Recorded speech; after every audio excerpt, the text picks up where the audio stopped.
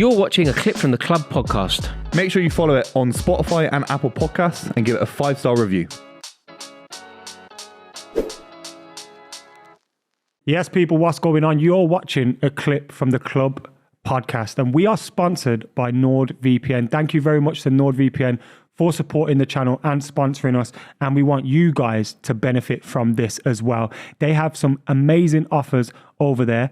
Their VPN service is one of the best about. It was voted as Time's invention of the year, which is pretty cool. And I use it for loads of things. So because I buy, a lot of flights to go to United games, for example, I was going to go Real Betis away, check the flights, and you log in with a different location, you get different prices because they know if you're searching from England when the United are traveling there, the price is going to go up. So you can regulate the prices. You can enjoy streaming services from around the world as well. If you're a little bit bored of watching the same old things on your streaming services, then you can log in using, let's say, US location or something like that. And then you can benefit from what they get on their streaming services around the world and in those different countries. So NordVPN is absolutely amazing. And it's their 11th birthday at the moment. So they've got some big birthday bonus deals that they're giving out. And there's a 30-day money-back guarantee as well. NordVPN.com/theclub.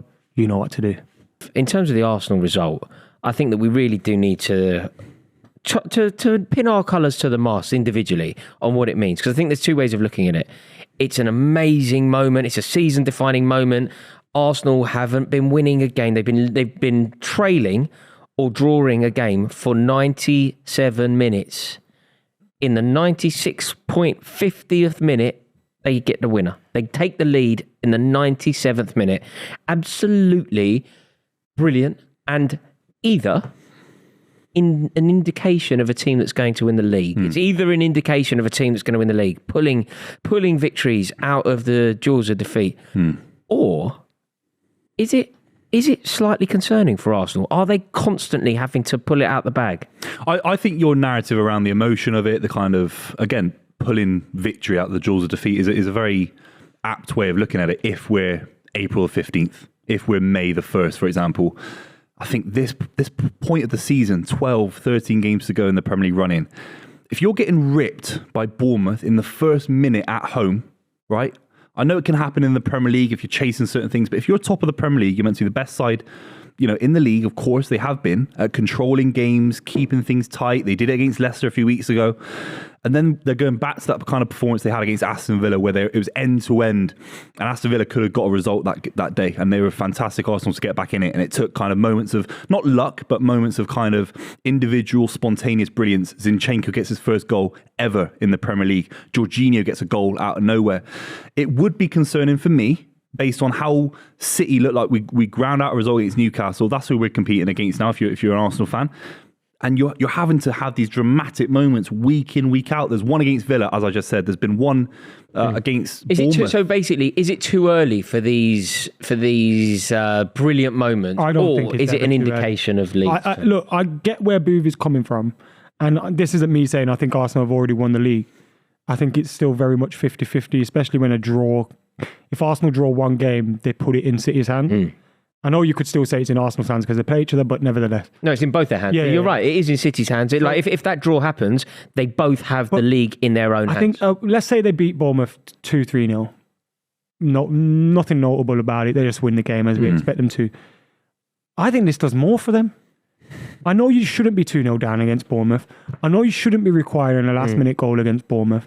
But that doesn't matter. It might do more for the spirit, Adam, but does it do more? The fans, everyone starts to suddenly go, we're winning the league. Does it not demonstrate vulnerability, though, the fact that they're 2-0 down against Bournemouth? Yes, of course. And the way that goal came in, that billing goal. I think they've still got to play Newcastle, Liverpool, City. If they go 2-0 down against... Come on, show me a bit of respect. Chelsea. Yeah. If they go 2-0 down against all of those, apart from Chelsea, they're probably not winning the game. You're relying on moments of adrenaline. You're relying on those moments of... But the facts are they did win the game. Yeah, but one of the more worrying things for them, I think, is not the fact that they took so late to beat Bournemouth. Trossard's injured. And Ketia was in the squad. Yeah. Gabriel Jesus is still sidelined. Gabriel Jesus, do you know what? My cousin was at the game and he told me that the celebrations after the game went on for ages in the stadium. And he told me that he was still in the ground, like overjoyed and that, when the players came out to do their warm down. And he told me that Gabriel Jesus was very much part of that, training quite vigorously, which perhaps suggests that the Trossard injury. Yeah, exactly. That's an inside scoop there. See that? That's nice. You got the exclusive. 100%. I still think there's vulnerability there, and sometimes it's the boring results that win you Premier League titles. Sometimes you need to win 6, 7, 8 1-0 wins, 2-0 wins, 2-1s, 3-2 against Bournemouth being ripped that early. For me, displays too much emotionality or whatever the word. Too much emotional kind of. They care so much about winning the Premier League for rightly or for wrongly, and there's actually a bit of leverage for City because it's weirdly 3 in a row potentially. Weirdly, I think as much as I think Arsenal will still win the league, I think if I were a City fan, I'd be more confident now than perhaps I have been at any point this season. I get what you're saying. Do you know if I was looking, I still think that Arsenal are going to do it, by the way, but part of the reason I think Arsenal are going to do it is because I think that there is the vulnerability in City. But if City can put a run together, I've seen enough in Arsenal to think that they are going to drop points. Yeah. They're not going to be, at some point they're going to go 2-0 down and they're not going to pull it back. At some point they're going to be drawing 2-2 in the 90th minute and they're not going to get the winner. I do it's think unsustainable. You're right. 100%. It's unsustainable. Yeah. If City hit the form we know they can hit, I think they win the league. The trouble is they've not shown signs of that. But they're starting to hit form now, though. This weekend looked good. Newcastle looked I think Foden's better. coming into his own. Foden. But also at 1-0, Newcastle had a lot of chances. Yeah, you're right. And Yeah, you're you right, could Newcastle score there, City possibly draw. Title's over that weekend, especially with the way Arsenal win, you know what I mean? Yeah. But then that hasn't happened, and you're right, and titles go on, as we've seen with the Aguero goal, the tiniest of margins. But then we're talking about Liverpool putting 7 past Man United. Why are you bringing that back up? Because Arsenal have to go there. Arsenal have to go to Anfield. Yeah. No, wow. Yeah. Gakpo and Nunes. How are these lot going to play? They couldn't play against Philip Billing. Well, ultimately, you're looking at what Liverpool are doing in front of goal at the moment. Gakpo scoring a gorgeous, that chip. You're looking at Salah rifling it in, breaking all sorts of records. You're looking at Nunes, disgustingly good backward header. They score against this Arsenal team. This is what I mean by the vulnerability in Arsenal. Yeah. So it's whether Arsenal can outscore Liverpool. It's whether Arsenal can come from behind and as you said, tap into the emotion and get over the line against Liverpool. Because basically, Manchester City, the way things stand currently, Manchester City have to win everything.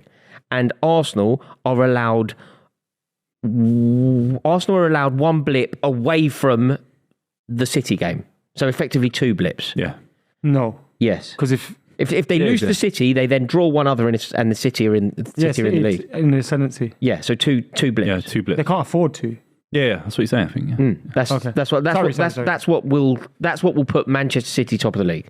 So ultimately, it isn't a question of will Arsenal drop points between now and the end of the season, because I think they certainly will. I've seen enough to suggest they will. The question to you, Lawrence Buvey, is do City have enough in them to go on a run that's going to need, 12 games, 10 wins minimum? I think we do. I have to back 2 factors for me. We're talking about the squad that has been built. We talk about the money and stuff. The reality is those players are on the bench. Bernardo Silva came on against Newcastle United. He changed the game. What a goal, by the way. What a goal. 2 minutes into coming on. So I don't think Arsenal have that. Another player that Pep wanted out of there, by the way. No, he wants out. He's still sorry. But he's put his arm around him and he's actually been fantastic last couple of months. Brilliant player.